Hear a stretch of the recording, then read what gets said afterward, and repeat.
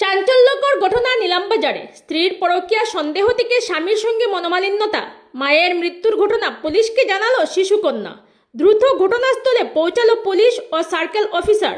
ঘটনা ঘিরে ব্যাপক চাঞ্চল্য ছড়িয়ে পড়েছে নিলামবাজারে লোহারপাড়া দ্বিতীয় খণ্ডে। পরকীয়া সন্দেহের সংসারে অশান্তি লেগেই ছিল। শিশুকন্যাকে শাসন করা নিয়ে মতবিরোধ থেকে বড় ঘটনা ঘটে আজ দুপুরে। তোমার মার নাম কিতা? সোফিয়া। কি তো হয়েছে ঘটনা? কিলা মারছো? আমার বার্দাই আমার লাদাই আমার মা ধরে দিল, আমার মারে গুলার দি কিনছে মারজয়। তুমি সব দেখছো নি?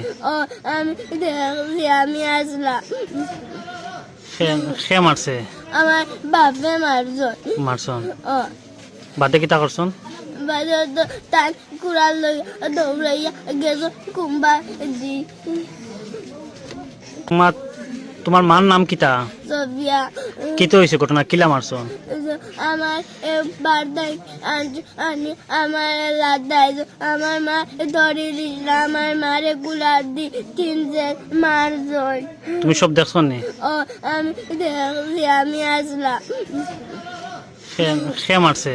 আমার বাপে মারজয়। মারছন? ও বাদে কিতা করছন? বাজে তার কুড়াল লই দৌড়াইয়া গেছো কুম্বা দি।